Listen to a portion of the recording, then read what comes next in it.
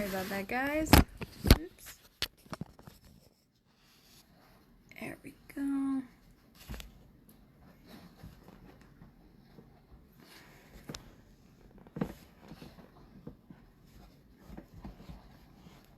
Get that out of the way. There we go. All right. Yeah, I know. There's more cookies to come. Don't you worry. Don't you worry. You got lots of cookies. Molly, come here. You got one on your head. Okay, everybody. We are here for our Friday reading of Roald Dahl's The BFG. I'm hoping we can finish today, but if not, I'll record tomorrow, and if you're able to, you can pop in. If not, no big deal. You can watch it later.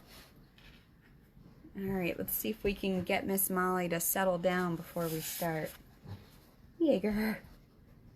Jaeger. Molly. Molly, sweetie. Go to bed. Molly. Come on. There you go. Go lay down. Not you, Jaeger. Oh, no. we may have a guest instead of Molly today. It may be Mr. Jaeger. Lay down. Yeah. Saddle. Saddle. Okay, so today we are joined by Jaeger instead of Molly. For the time being, he won't hold still for more than about 3 or 4 minutes, so you'll see Molly in a little bit. And here she comes. Okay. Alright, let's get started. For those who are following along, we are on page 162, The Royal Breakfast. There was a frantic scurrying among the palace servants when orders were received from the Queen that a 24-foot giant must be seated with Her Majesty in the great ballroom within the next half hour. The butler, an imposing personage named Mr. Tibbs, was in supreme command of all the palace servants, and he did the best he could in the short time available. A man does not rise to become the Queen's butler unless he is gifted with extraordinary ingenuity, adaptability, versatility, dexterity, cunning, sophistication, sagacity, discretion, and a host of other talents that neither you nor I possess. Mr. Tibbs had them all. He was in the butler's pantry, sipping an early morning glass of light ale, when the order reached him. In a split second, he had made the following calculations in his head. If a normal 24-foot man requires a 3-foot-high table to eat off of, a 24-foot giant will require a 12-foot-high table. And if a 6-foot man requires a chair with a 2-foot-high seat, a 24-foot giant will require a chair with an 8-foot-high seat. Everything, Mr. Tibbs told himself, must be multiplied by 4. 2 breakfast eggs must become 8. 4 rashers of bacon must become 16. 3 pieces of toast must become 12, and so on. These calculations about food were immediately passed on to Monsieur Papillon, the royal chef. Mr. Tibbs skimmed into the ballroom. Butlers don't walk, they skim the ground. Followed by a whole army of footmen. The footmen all wore knee breeches, and every one of them displayed beautifully rounded calves and ankles. There is no way you can become a royal footman unless you have a well-turned ankle. It is the first thing they look at when you're interviewed. "Push the grand piano into the center of the room," Mr. Tibbs whispered. Butlers never raised their voices above the softest whisper. 4 footmen moved to the piano. "Now, fetch a large chest of drawers, and put it on top of the piano," Mr. Tibbs whispered. 3 other footmen fetched a very fine Chippendale mahogany chest of drawers, and placed it on top of the piano. "That will be his chair," Mr. Tibbs whispered. It is exactly 8 feet off the ground. Now we shall make a table upon which this gentleman may eat his breakfast in comfort. Fetch me 4 very tall grandfather clocks. There are plenty of them around the palace.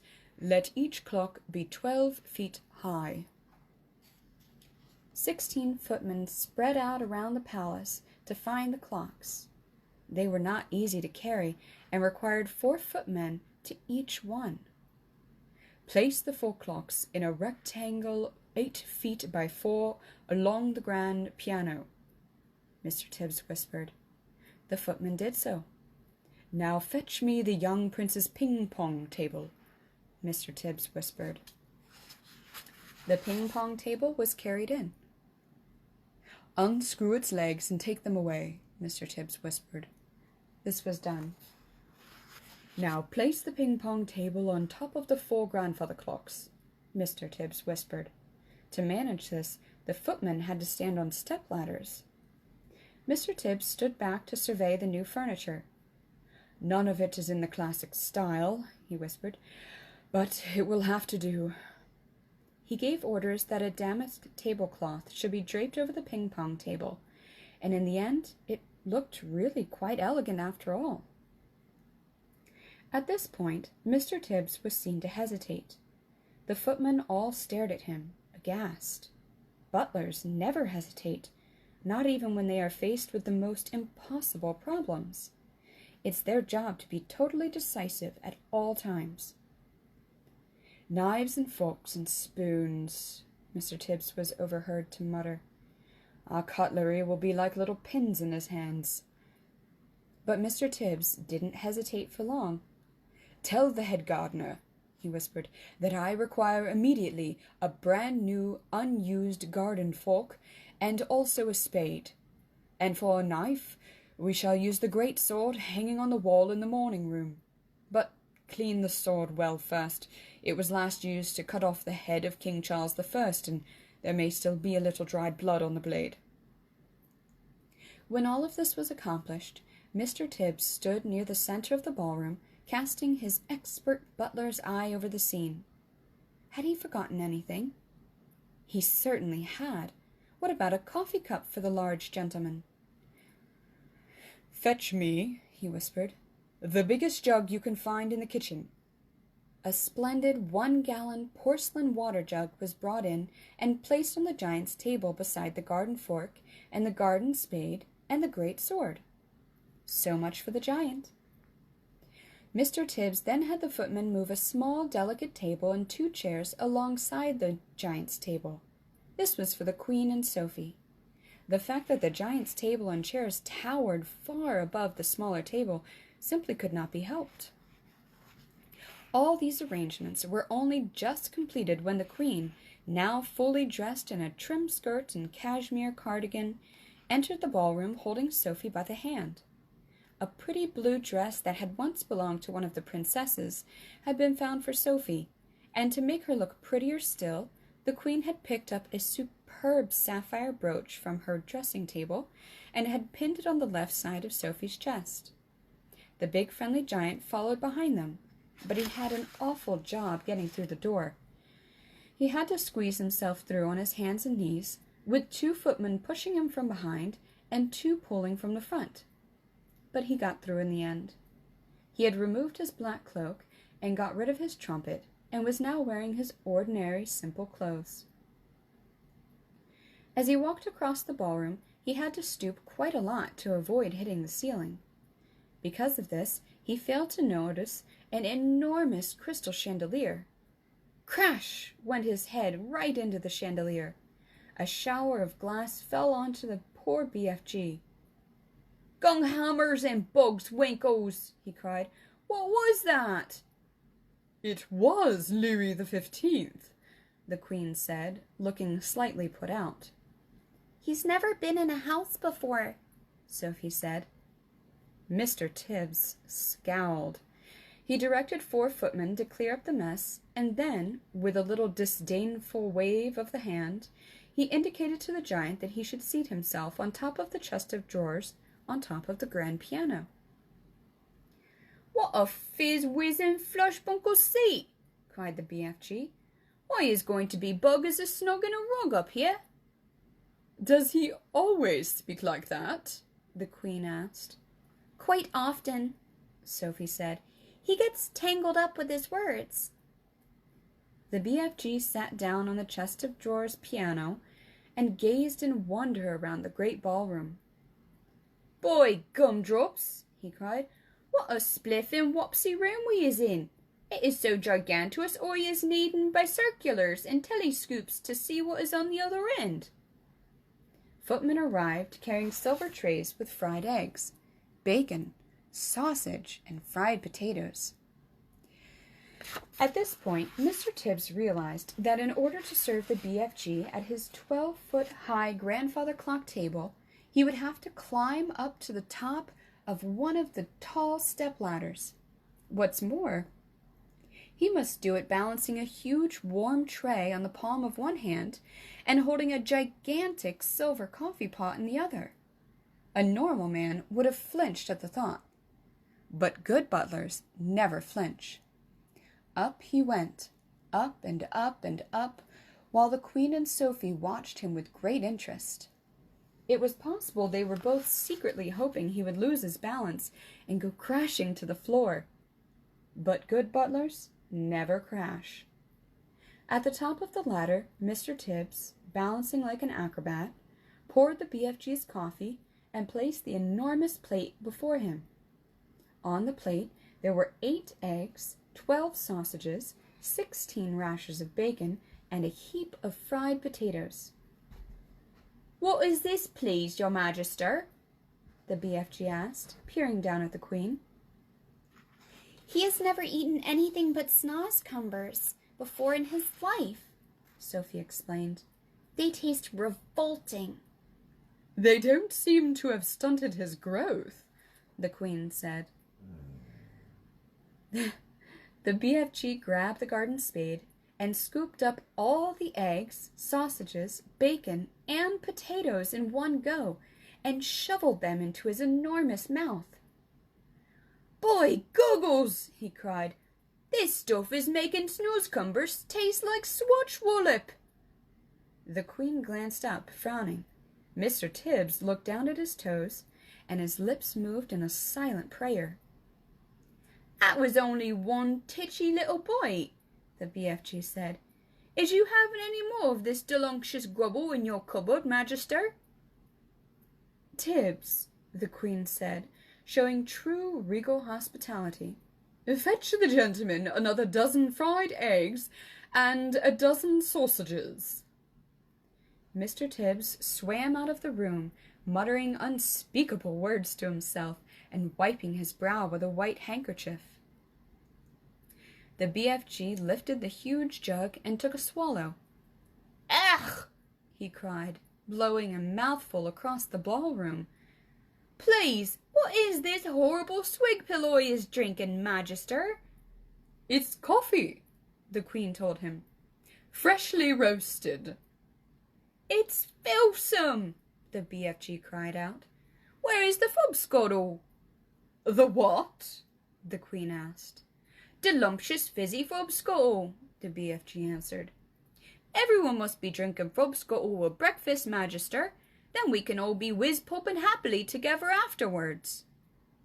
"What does he mean?" the Queen said, frowning at Sophie. "What is whiz-popping?" Sophie kept a very straight face. "BFG," she said, "there is no frobscottle here, and whiz-popping is strictly forbidden." "What?" cried the BFG. "No frobscottle? No whiz-popping? No glumptious music? No boom, boom, boom?" "Absolutely not," Sophie told him firmly. "If he wants to sing, please don't stop him," the Queen said. "He doesn't want to sing," Sophie said. "He said he wants to make music," the Queen went on. "Shall I send for a violin?" "No, Your Majesty," Sophie said. "He's only joking." A sly little smile crossed the BFG's face. "Listen," he said, peering down at Sophie. If they isn't having any frog scuttle here in the palace, I can still go whiz-popping perfectly well without it if I is trying hard enough. No, cried Sophie. Don't! You're not to! I beg you! Music is very good for the digestion, the Queen said. When I'm up in Scotland, they play the bagpipes outside the window while I'm eating. Do play something. I has Her Majesty's permission, cried the BFG, and all at once he let fly with a whiz-popper that sounded though a bomb had exploded in the room. The Queen jumped. Whoopee! Shouted the BFG. That is better than bagpipes, is it not, your Majesty? It took the Queen a few seconds to get over the shock. I prefer the bagpipes, she said, but she couldn't stop herself smiling. During the next 20 minutes, a whole relay of footmen were kept busy hurrying to and from the kitchen, carrying third helpings and fourth helpings and fifth helpings of fried eggs and sausages for the ravenous and delighted BFG. When the BFG had consumed his 72nd fried egg, Mr. Tibbs sidled up to the Queen. He bent low from the waist and whispered in her ear, "Chef sends his apologies, Your Majesty, and he says he has no more eggs in the kitchen." "What's wrong with the hens?" the Queen said. "Nothing's wrong with the hens, Your Majesty," Mr. Tibbs whispered. "Then tell them to lay more," the Queen said. She looked up at the BFG. "Have some toast and marmalade while you're waiting," she said to him. "The toast is finished," Mr. Tibbs whispered, "and Chef says there's no more bread." "Tell him to bake more," the Queen said. While all this was going on, Sophie had been telling the Queen everything, absolutely everything about her visit to Giant Country. The Queen listened, appalled. When Sophie had finished, the Queen looked up at the BFG who was sitting high above her. He was now eating a sponge cake. "Big friendly giant," she said, "last night those man-eating brutes came to England. Can you remember where they were the night before?" The BFG put a whole round sponge cake into his mouth and chewed it slowly, while he thought about this question. "Yes, Magister," he said, "I do think I is remembering where they said they were going the night before last. They was galloping off to Sweden for the sweet and sour taste." "Fetch me a telephone," the Queen commanded. Mr. Tibbs placed the instrument on the table. The Queen lifted the receiver. "Get me the King of Sweden," she said. "Good morning," the Queen said. "Is everything all right in Sweden?" "Everything is terrible," the King of Sweden said. "There is panic in the capital. 2 nights ago, 26 of my loyal subjects disappeared. My whole country is in a panic." "Your 26 loyal subjects were all eaten by giants," the Queen said. "Apparently, they like the taste of Swedes." "Why do they like the taste of Swedes?" the King said.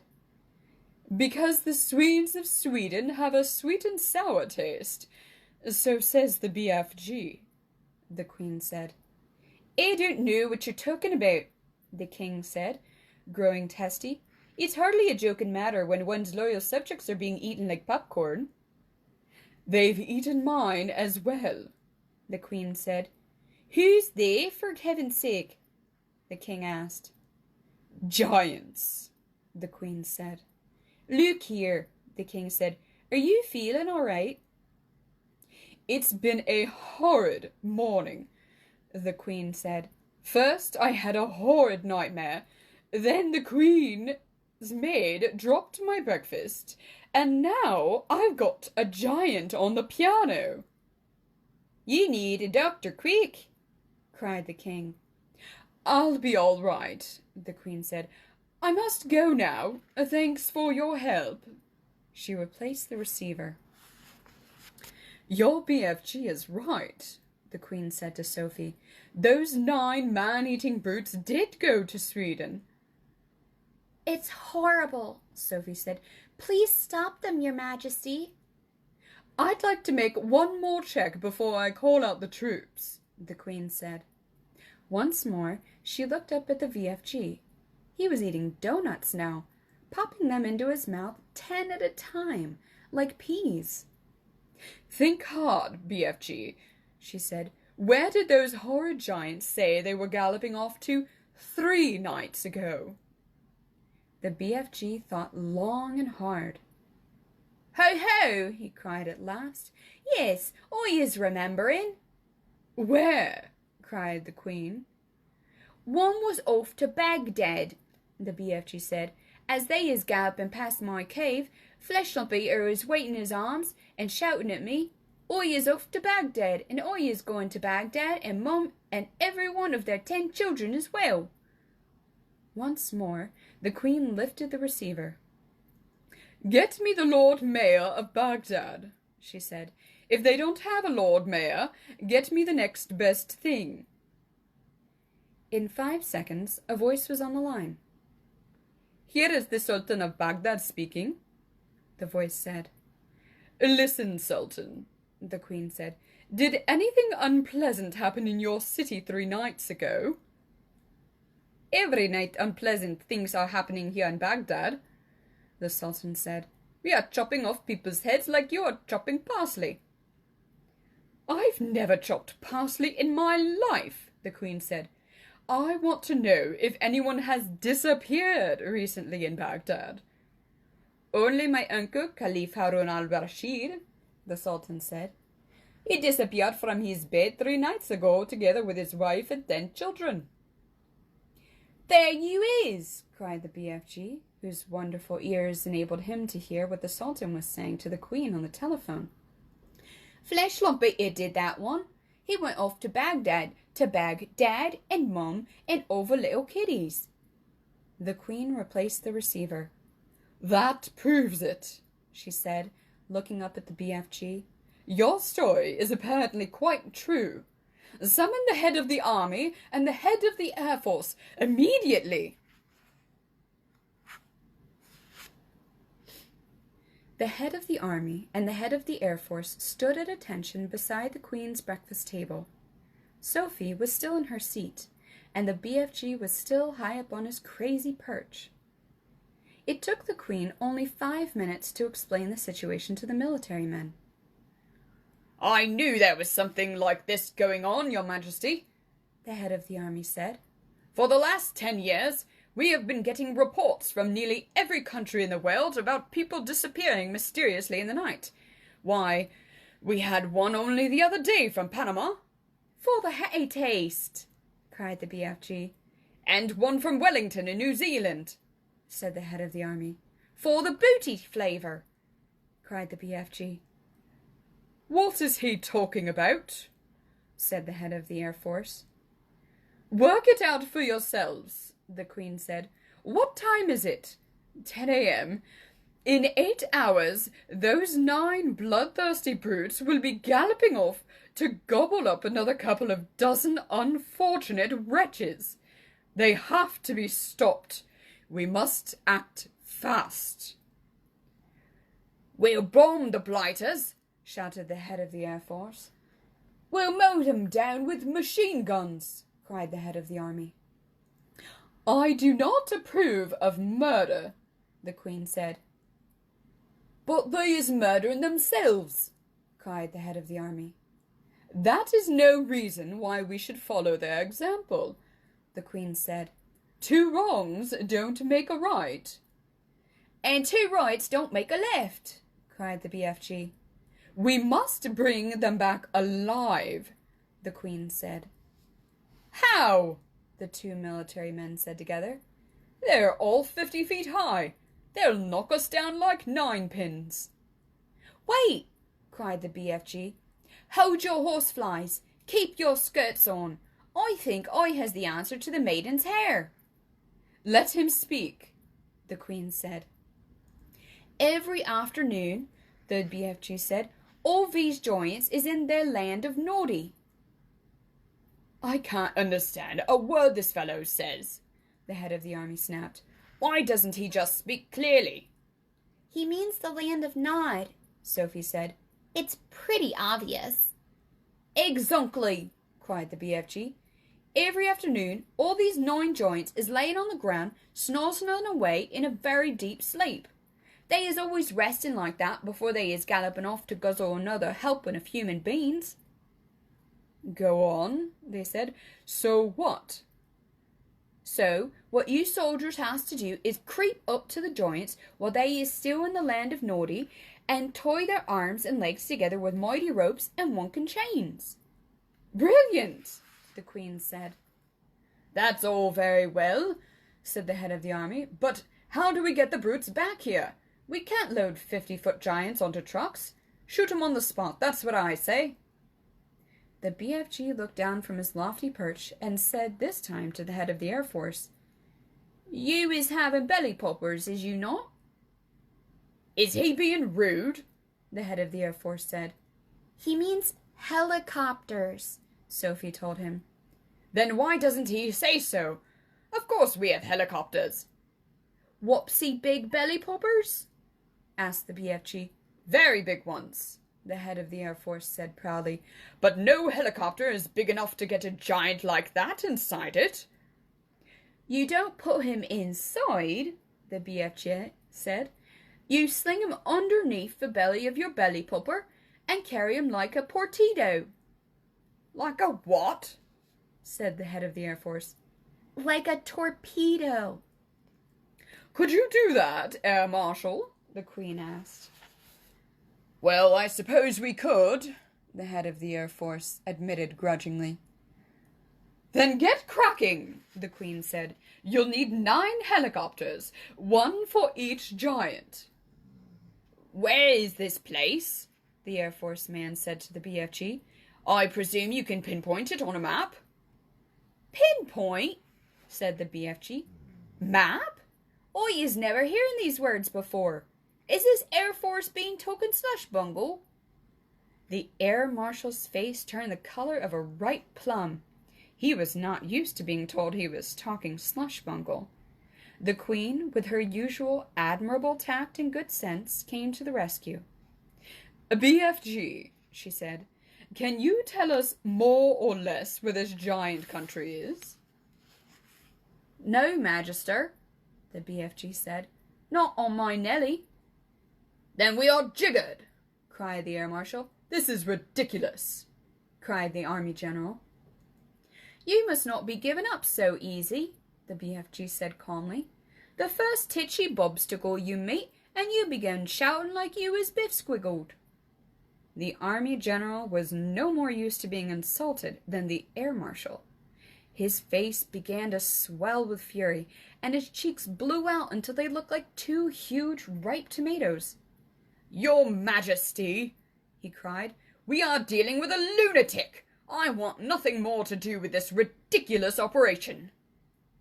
The Queen, who was used to the tantrums of her senior officials, ignored him completely. BFG, she said, would you please tell these rather dim-witted characters exactly what to do? A pleasure, Magister, said the BFG. Now listen to me carefully, you 2 boot-bogglers.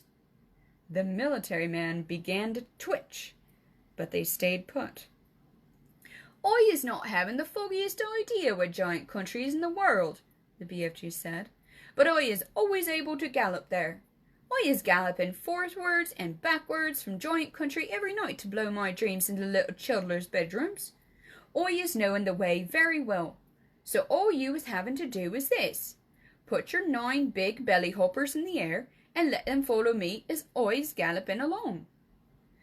How long will the journey take? The Queen asked. If we is leaving now, the BFG said, we will be arriving just as the giants is having their afternoon snozzle. Splendid, said the Queen. Then, turning to the 2 military men, she said, Prepare to leave immediately.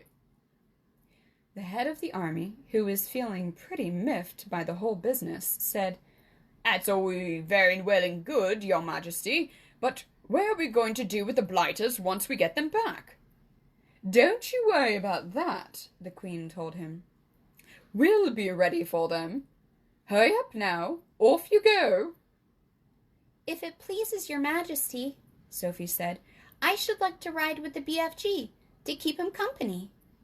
Where will you sit? Asked the Queen. In his ear, Sophie said. Show them, BFG. The BFG got down from his high chair. He picked Sophie up in his fingers. He swiveled his huge right ear until it was parallel with the ground. Then he placed Sophie inside it. The head of the Army and the Air Force stood there goggling. The Queen smiled. You really are rather a wonderful giant, she said. Magister, the BFG said, I is wishing to ask a very special thing from you. What is it? The Queen said. Could I please bring back here in the belly poppers all my collection of dreams? They has taken me years and years to collect, and I is not wanting to lose them. Why, of course, the Queen said. I wish you a safe journey. The BFG had made thousands of journeys to and from giant country over the years, but he had never in his life made one quite like this, with 9 huge helicopters roaring along just over his head.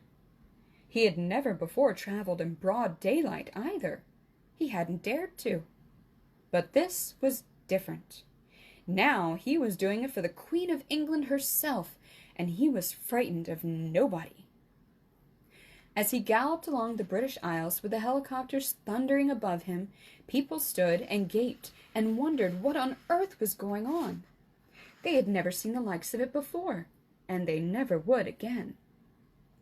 Every now and then the pilots of the helicopter would catch a glimpse of a small girl wearing glasses crouching in the giant's right ear and waving to them. They always waved back. The pilots marveled at the giant's speed and at the way he leapt across wide rivers and over huge houses. But they hadn't seen anything yet. Be careful to hang on tight, the BFG said. We is going fast as a fizzlecrump. The BFG changed into his famous top gear, and all at once he began to fly forward as though there were springs in his legs and rockets in his toes. He went skimming over the earth like some magical hop, skip, and jumper with his feet hardly ever touching the ground. As usual, Sophie had to crouch low in the crevice of his ear to save herself from being swept clean away. The 9 pilots in their helicopters suddenly realized they were being left behind. The giant was streaking ahead. They opened their throttles to full speed, and even then they were only just able to keep up. In the leading machine, the head of the Air Force was sitting beside the pilot. He had a world atlas on his knees, and he kept staring first at the atlas, then at the ground below, trying to figure out where they were going. Frantically, he turned the pages of the atlas. Where the devil are we going? He cried. I haven't the foggiest idea, the pilot answered. The Queen's orders were to follow the giant, and that's exactly what I'm doing. The pilot was a young Air Force officer with a bushy mustache. He was very proud of this mustache. He was also quite fearless, and he loved adventures. He thought this was a super adventure. It's fun going to new places, he said. New places? Shouted the head of the Air Force. What the blazes do you mean, new places? This place we're flying over now isn't in the atlas, is it? The pilot said, grinning. You're darn right it isn't in the atlas, cried the head of the Air Force. We phoned clear off the last page. I expect that old giant knows where he's going, the young pilot said. He's leading us to disaster, cried the head of the Air Force. He was shaking with fear. In the seat behind him sat the head of the Army, who was even more terrified. You mean you to tell me we've gone right off the atlas? He cried, leaning forward to look. That's exactly what I'm telling you, cried the Air Force man. Look for yourself. Here's the very last map in the whole flaming atlas. We went off that over an hour ago. He turned the page. As in all atlases, there were 2 completely blank pages at the end. "So now we must be somewhere here," he said, putting a finger on one of the blank pages. "Where's here?" cried the head of the army. The young pilot was still grinning broadly. He said to them, "That's why they always put 2 blank pages at the back of the atlas. They're for new countries. You're meant to fill them in yourself." The head of the Air Force glanced down at the ground below. "Just look at this god-forsaken desert," he cried. "All the trees are dead and all the rocks are blue." "The giant has stopped," the young pilot said. "He's waving us down."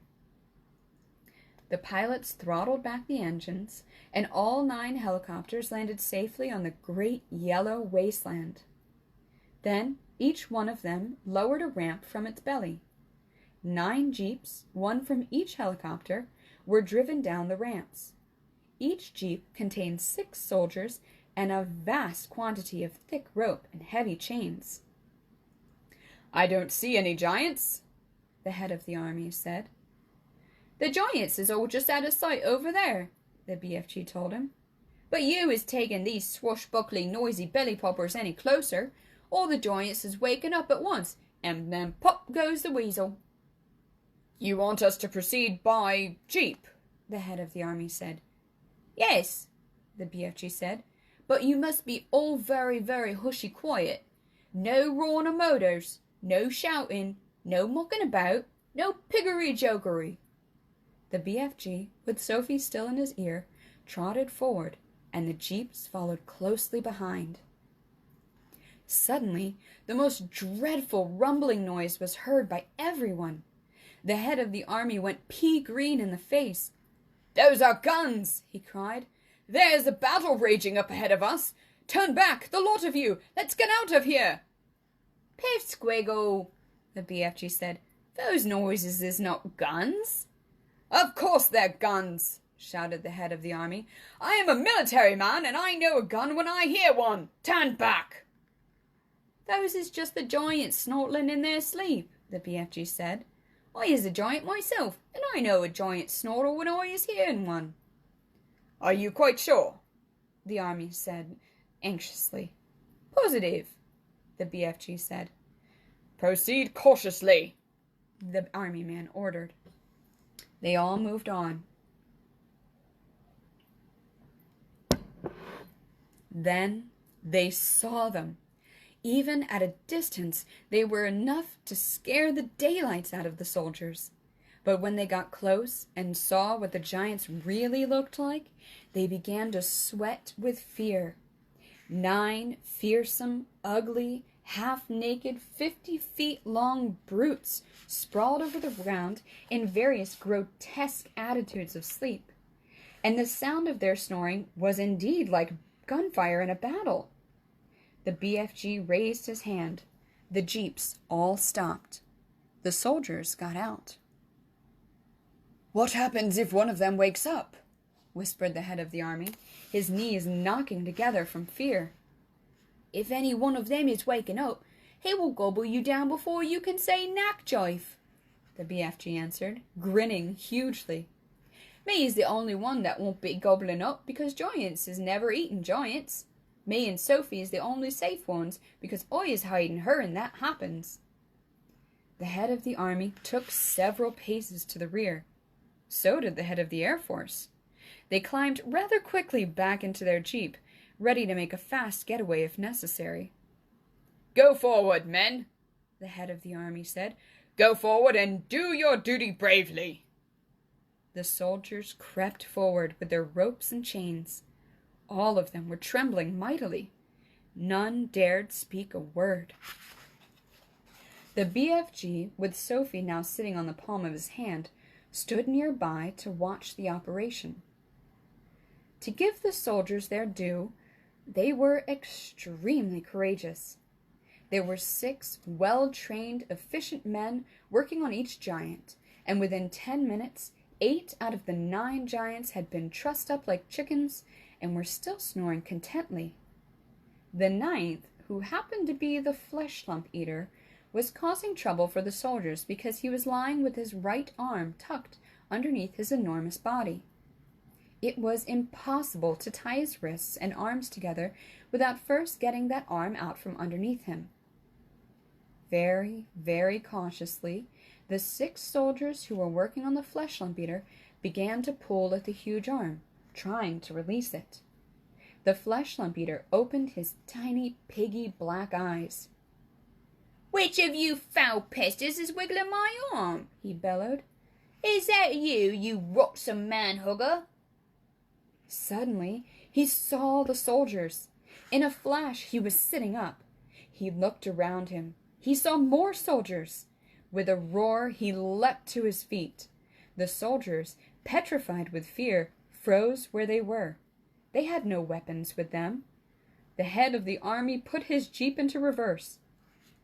"Human beings!" the flesh lump eater yelled. "What is you flush bunkelin' rotsome half-baked beans doing in our country?" He made a grab at a soldier and swept him up in his hand. "Oi is having early supper today," he shouted, holding the poor squirming soldier at arm's length and roaring with laughter. Sophie, standing on the palm of the BFG's hand, was watching, horror-struck. "Do something," she cried. "Quick, before he eats him!" "Put that human being down," the BFG shouted. The flesh lump eater turned and stared at the BFG. "What is you doing here with all these grotty twiglets?" he bellowed. "You is making me very suspicious." The BFG made a rush at the flesh lump eater, but the colossal 54-foot-high giant simply knocked him over with a flick of his free arm. At the same time, Sophie fell off the BFG's palm onto the ground. Her mind was racing. She must do something. She must! She remembered the sapphire brooch the queen has pinned onto her chest. Quickly, she undid it. "Oi is guzzling you nice and slow," the flesh lump eater was saying to the soldier in his hand. "Then oi is guzzling 10 or 20 more of you midgy little maggots down there. You is not getting away from me because oi is galloping 50 times faster than you." Sophie ran up behind the flesh lump eater. She was holding the brooch between her fingers.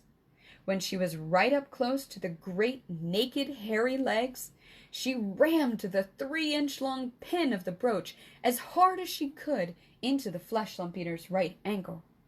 It went deep into the flesh and stayed there. The giant gave a roar of pain and jumped high in the air.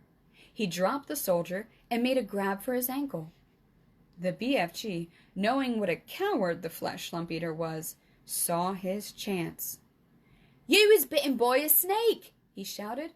"I seed it biting you. It was a frightsome poisonous snake. It was a dreadly dangerous vid-screen viper." "Save our souls!" bellowed the flesh lump eater. "Sound the crumpets! I is bitten by a siptious venomsome vid-screen viper." He flopped to the ground and sat there, howling his head off and clutching his ankle with both hands. His fingers felt the brooch. "The teeth of the deadly viper is sticking into me," he yelled. "I is feeling the teeth sticking into my anklet." The BFG saw his second chance. "We must be getting that viper teeth out at once," he cried. "Otherwise, you is deader than duck soup. I is helping you." The BFG knelt down beside the flesh lump eater. "You must grab your anklet very tight with both hands," he ordered. "That will stop the poisonous juices from the venomous viper going up your leg and into your heart." The flesh lump eater grabbed his ankle with both hands. "Now close your eyes and grittle your teeth and look up to heavens and say your prayers while I is taking out the teeth of the venomous viper," the BFG said. The terrified flesh lump eater did exactly as he was told. The BFG signaled for some rope. A soldier rushed it over to him.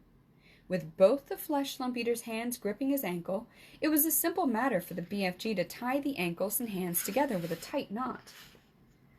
I is pulling the frightsome viper teeth, the BFG said as he pulled the knot tight. Do it quickly, shouted the flesh lump eater, before I is pizzing to death. There we is, said the BFG, standing up. You can look now.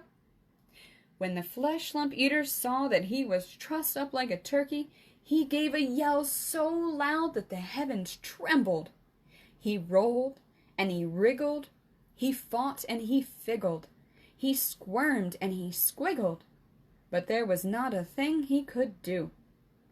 Well done, you! Sophie cried. Well done, you! Said the BFG, smiling down at the little girl. You was saving all of our lives. Will you please get that brooch back for me? Sophie said. It belongs to the Queen. The BFG pulled the beautiful brooch out of the flesh lump eater's ankle. The flesh lump eater howled. The BFG wiped the pin and handed it back to Sophie.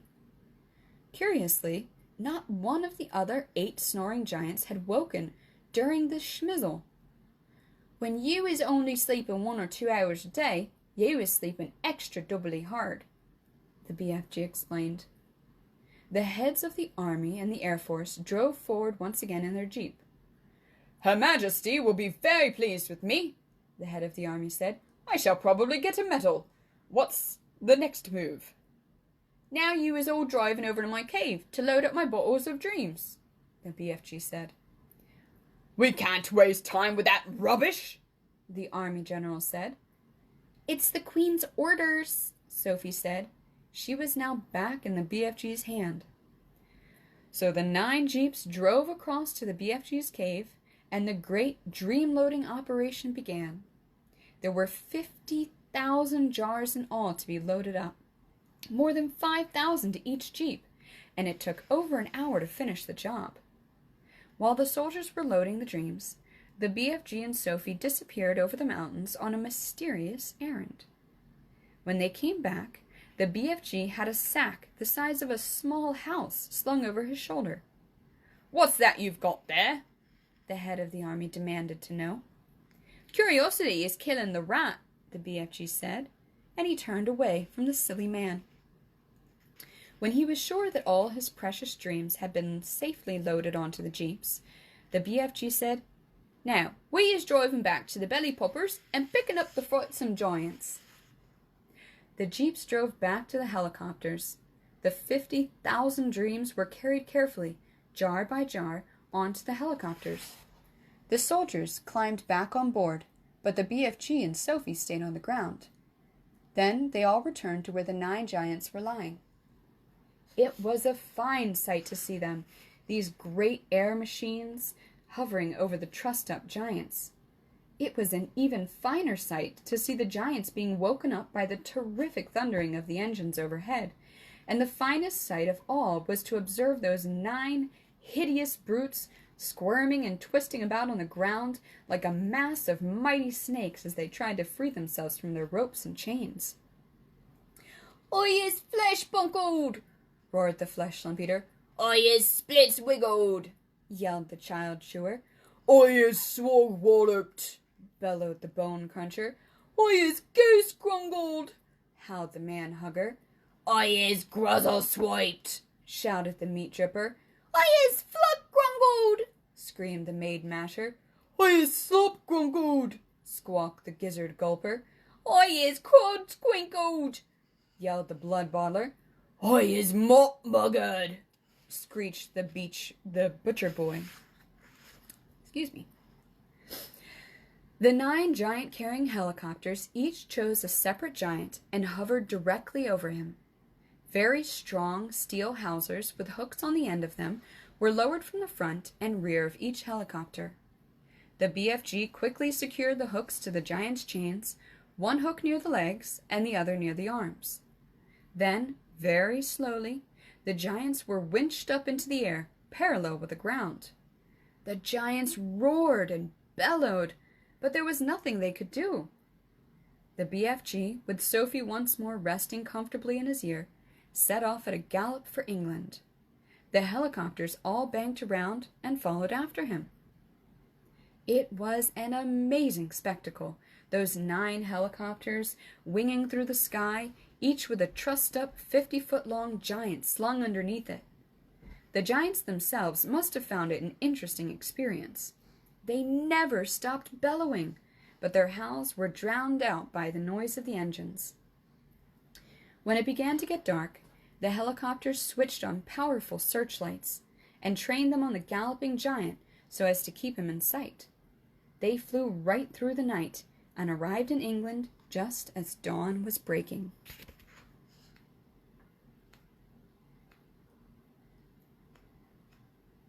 So I only have 8 pages left, so I think I'm just going to finish it today.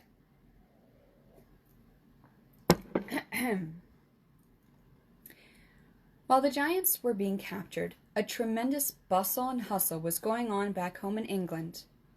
Every earth digger and mechanical contrivance in the country had been mobilized to dig the colossal hole in which the 9 giants were to be permanently imprisoned.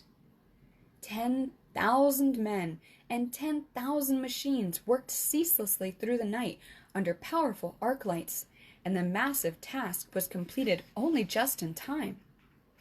The hole itself was about twice the size of a football field and 500 feet deep. The walls were perpendicular, and engineers had calculated that there was no way a giant could escape once he was put in. Even if all 9 giants were to stand on top of each other's shoulders, the topmost giant would still be some 50 feet from the head of the hole. The 9 giant-carrying helicopters hovered over the massive pits. The giants, one by one, were lowered to the floor, but they were still trussed up, and now came the tricky business of releasing them from their bonds. Nobody wanted to go down and do this, because the moment a giant was freed, he would be sure to turn on the wretched person who had freed him and gobble him up.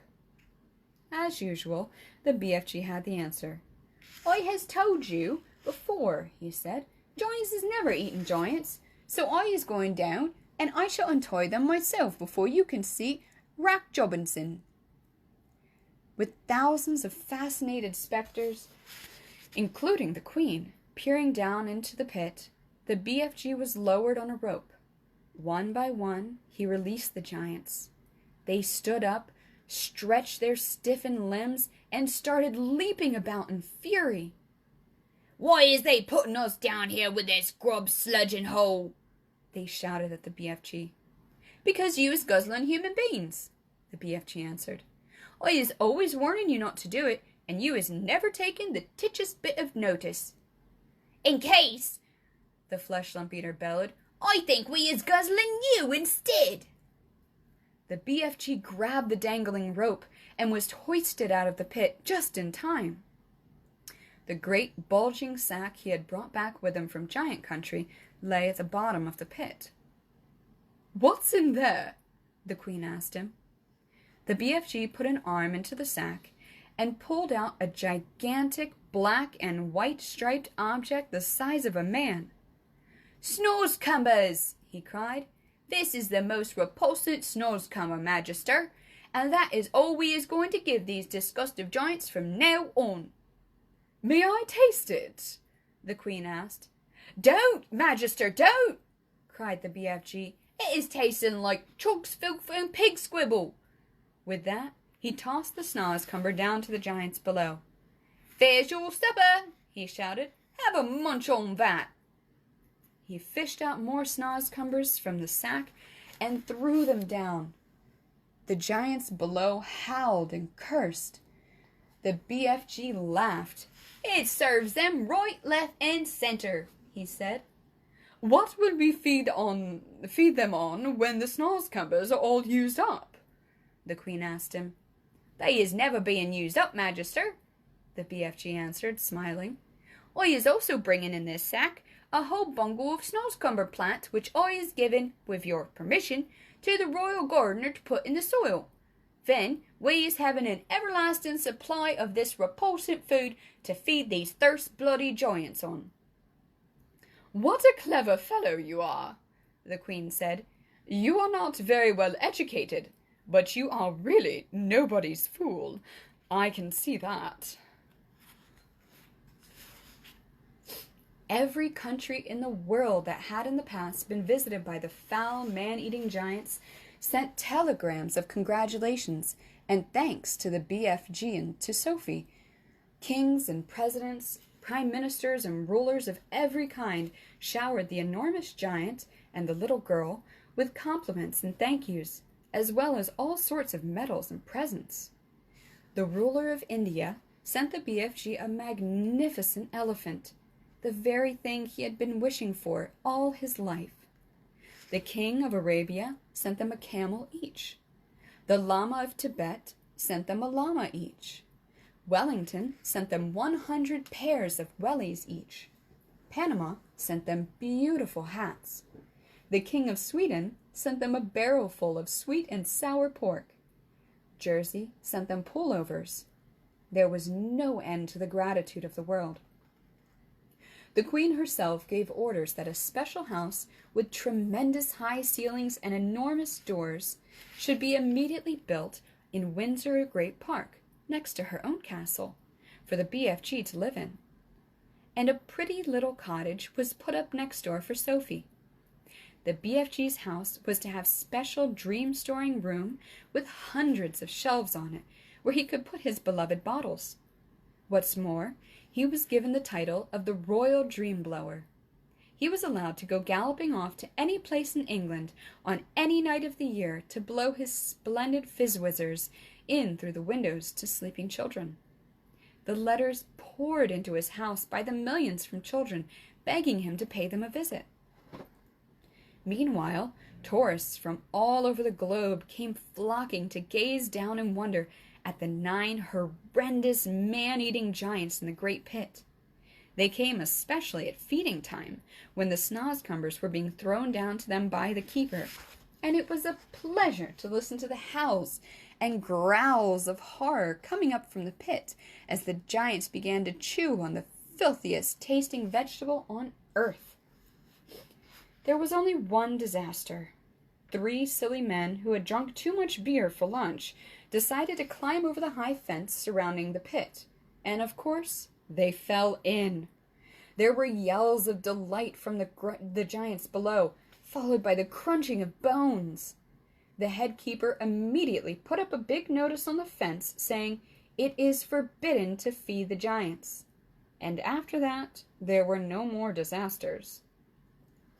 The BFG expressed a wish to learn how to speak properly, and Sophie herself, who loved him as she would love a father, volunteered to give him lessons every day. She even taught him how to spell and to write sentences, and he turned out to be a splendid, intelligent pupil. In his spare time, he read books. He became a tremendous reader. He read all of Charles Dickens, whom he no longer called Dahl's chickens, and all of Shakespeare, and literally thousands of other books. He also started to write essays about his own past life. When Sophie read some of them, she said, "These are very good. I think perhaps one day you could become a real writer." "Oh, I would love that," cried the BFG. "Do you think I could?" "I know you could," Sophie said. "Why don't you start by writing a book about you and me?" "Very well," the BFG said. "I'll give it a try." So he did. He worked hard on it, and in the end, he completed it. Rather shyly, he showed it to the Queen. The Queen read it aloud to her grandchildren. Then the Queen said, "I think we ought to get this book published properly, and published so that other children can read it." This was arranged, but because the BFG was a very modest giant, he wouldn't put his own name on it. He used somebody else's name instead. But where, you might ask, is this book that the BFG wrote? It's right here. You've just finished reading it. Oh my God, you guys, the end!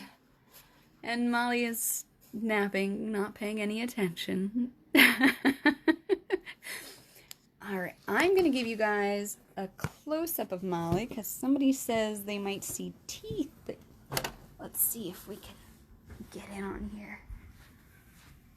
No, Molly? Hi, do we have some teeth showing? Not anymore. I probably woke you up and made him go away. Anyway, thank you guys so much for joining me for this reading. It was wonderful. I want to do it again, absolutely. Just let me know if you would like that as well. And if you have any recommendations for books that you would like to hear. I love Roald Dahl, so if you want to do him again, we definitely can. But I am well open to suggestion. Okay. Oh, there we go. There's a nice stretch. And she's back to sleep. All right. This was Storytime with Auntie and Molly, and I'll talk to you guys soon.